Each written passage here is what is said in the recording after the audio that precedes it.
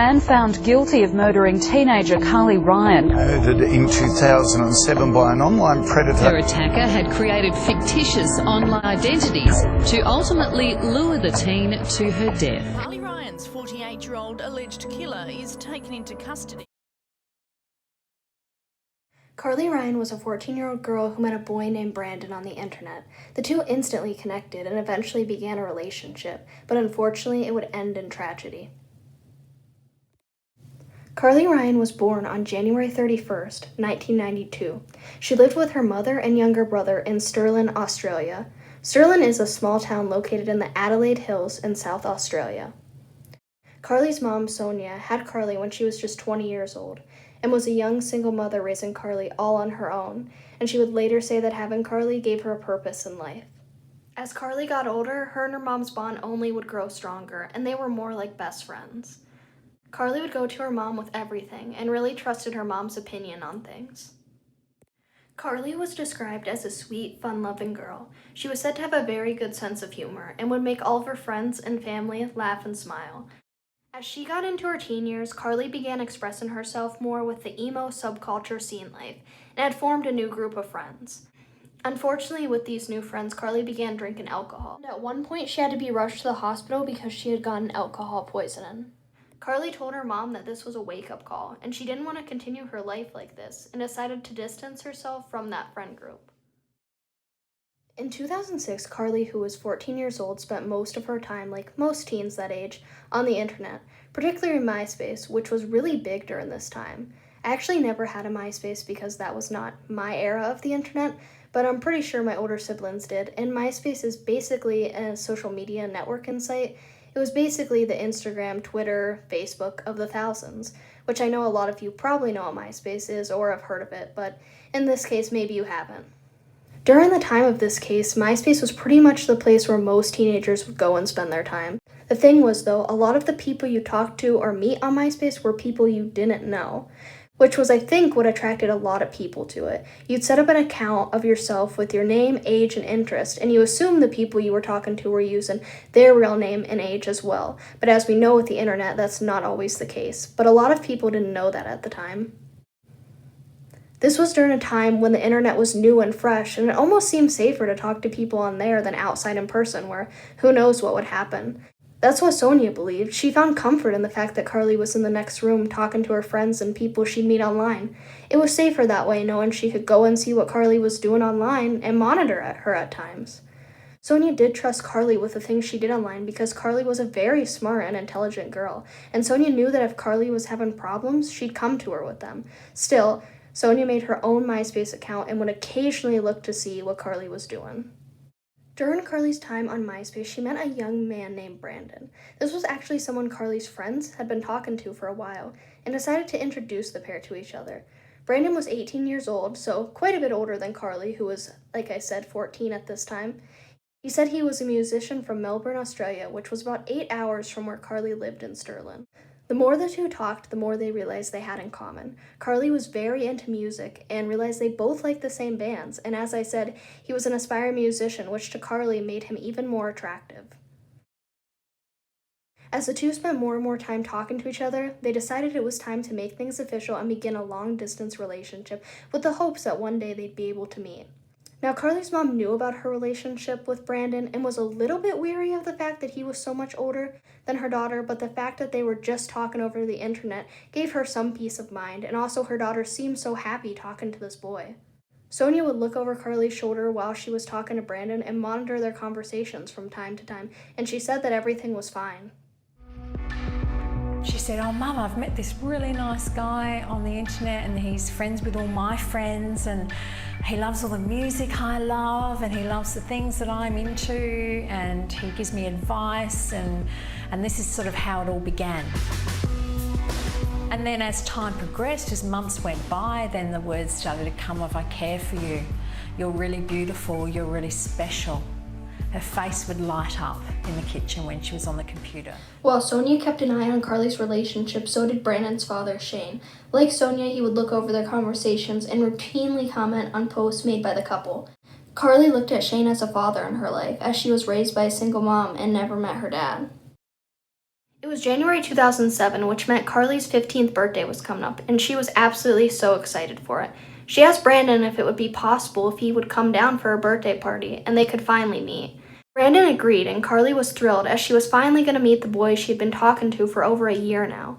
As her party came closer, Brandon unfortunately had to deliver some bad news that he actually wasn't going to be able to make it now because he had something going on. However, he said his dad, Shane, was actually going to be traveling near Sterling for work and that he could attend the party in his honor.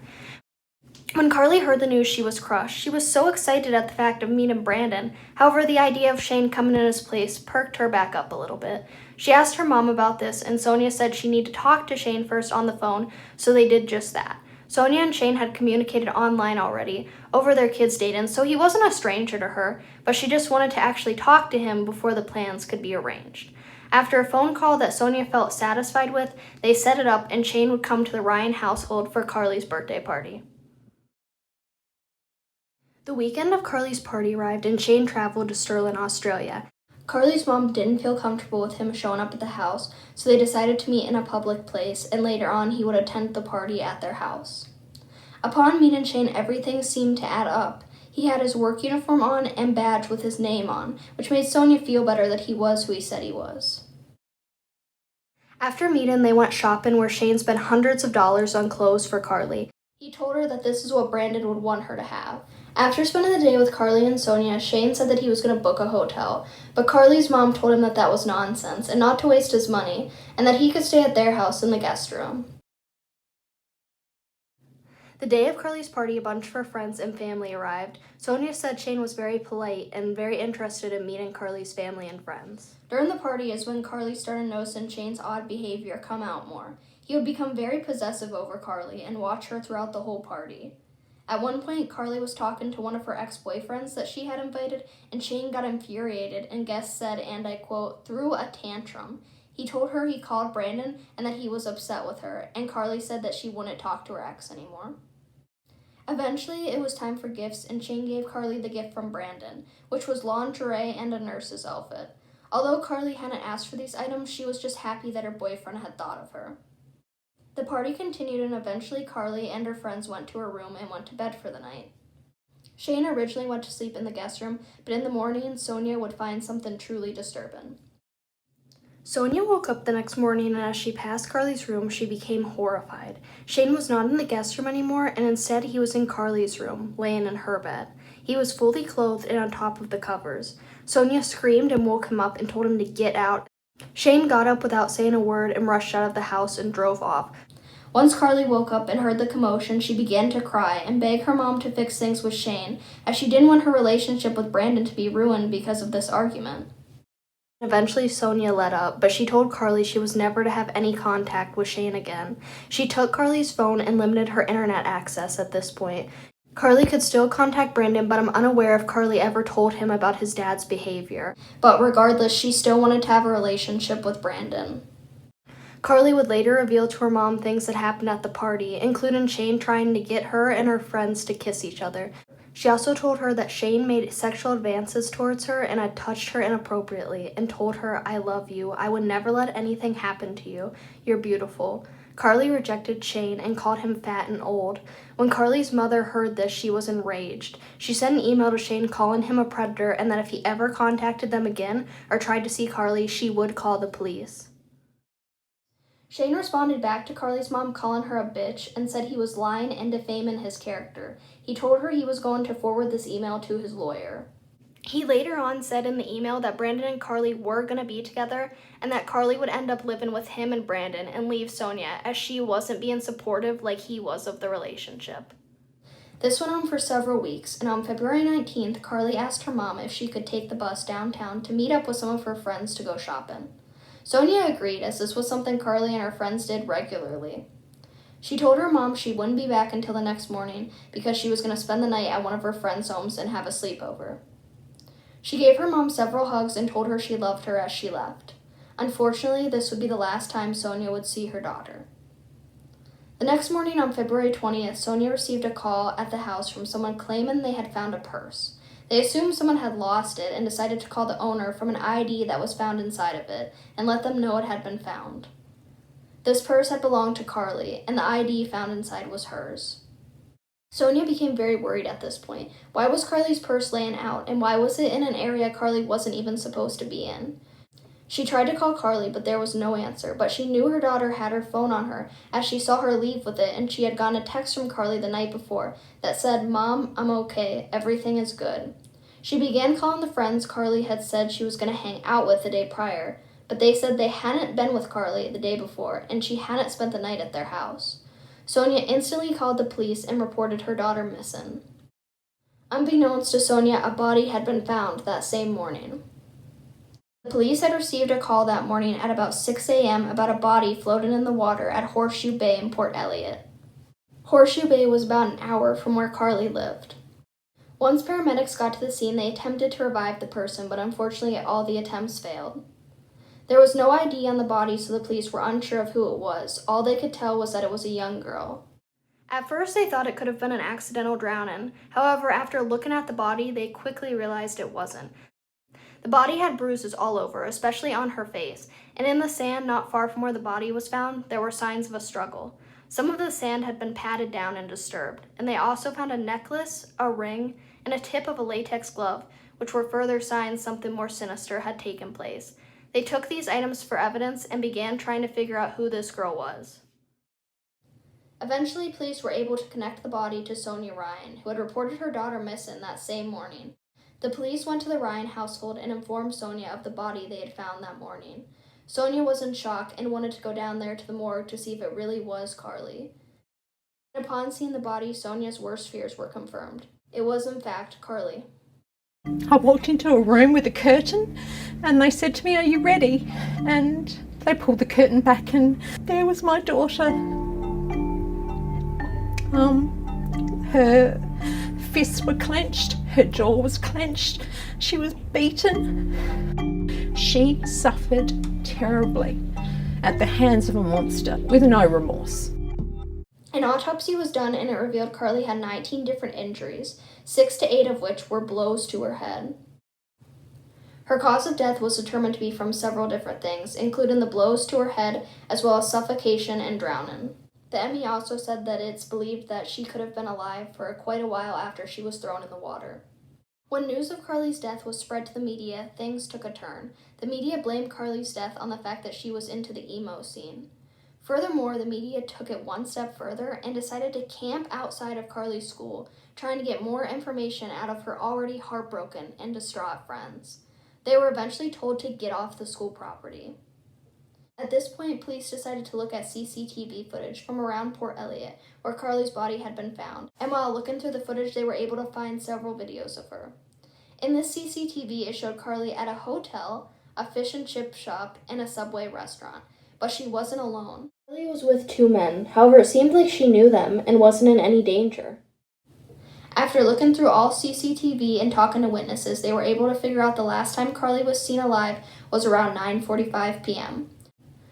2 witnesses had seen her at Horseshoe Bay walking the beach with a man, and at this point she was still alive.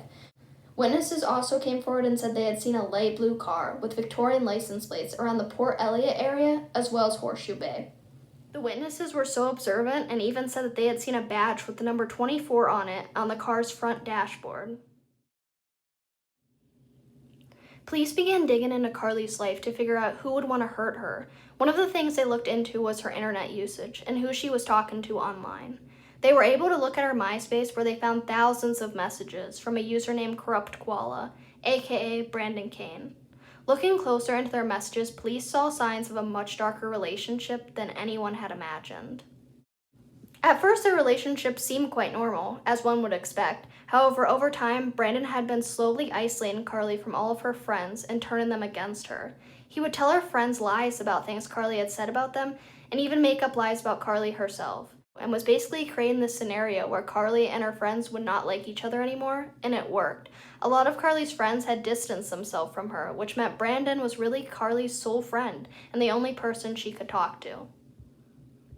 Police were very suspicious of Brandon Kane, and also his father, Shane, after Sonia told them about what happened just weeks prior.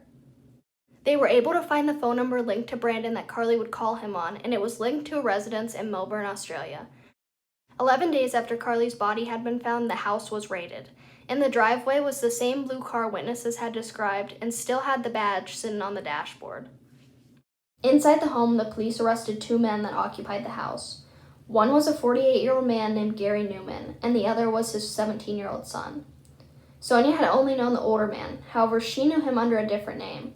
The older man was Shane, the same man who had visited her and her daughter just weeks before her death. When police arrested Newman, he was on his computer, talking to another 14-year-old girl from Perth, Australia. Upon searching Gary Newman's home, they found a camera that had actually been stolen from Sonia after the party, and she couldn't find it. On this camera was a picture that was taken at the party of Carly and Newman. They also found hundreds of accounts that Gary Newman had created to talk to young girls on the internet.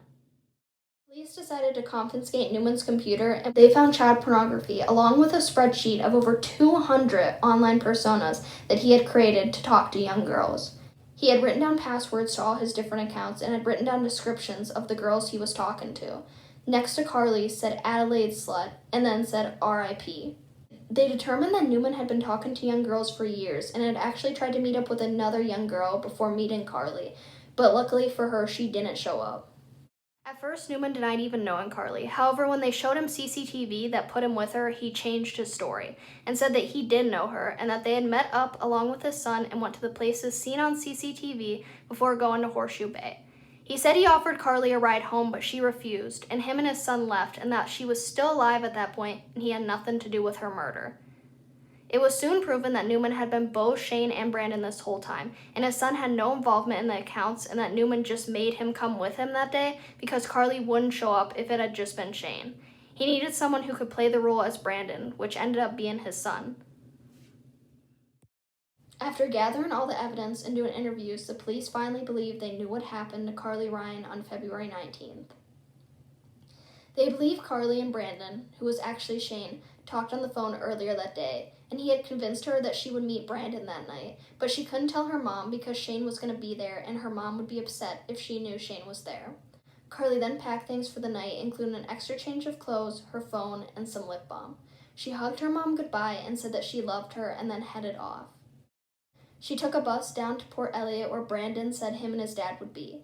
They went to several locations that night, including a hotel, a fish and chip shop, and the Subway restaurant, before deciding to go to Horseshoe Bay. At Horseshoe Bay, the three sat on the beach and talked for a while, which is when the witnesses saw them and the last time that she was seen alive. It is believed at some point that Shane told Carly that he was actually Brandon, and Carly was disgusted by this. She rejected him once again and turned around to leave. And at this point, Shane grabbed her and hit her in the head and pushed her face down into the sand. He hit her several times, and at some point she became unconscious, but was still alive, which is when Shane put her body in the water, which is where she unfortunately drowned. Both Newman and his son pleaded not guilty, so a trial would be underway.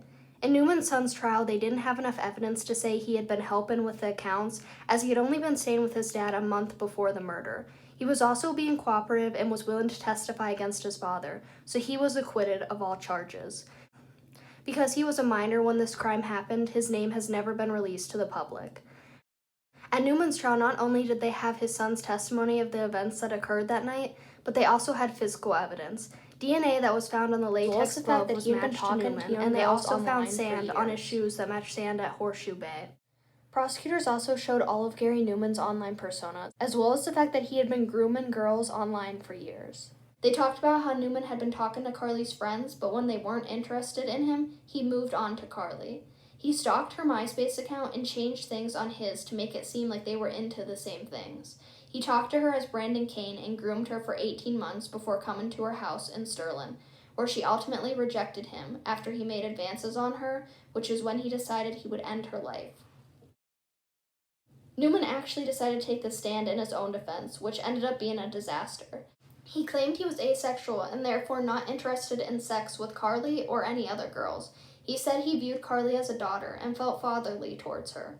He also claimed he was bipolar and had OCD, and that's why he did the things that he did online, and basically was trying to say he wasn't responsible for his actions.